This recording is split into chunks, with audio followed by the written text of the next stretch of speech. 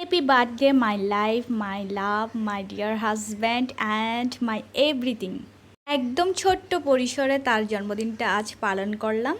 সে জানতো না আমি তার জন্য এই কেকটা অর্ডার করেছি। তার আজকের এই শুভ দিনে আমি তাকে একটু সারপ্রাইজ করার চেষ্টা করলাম, এইটুকুই।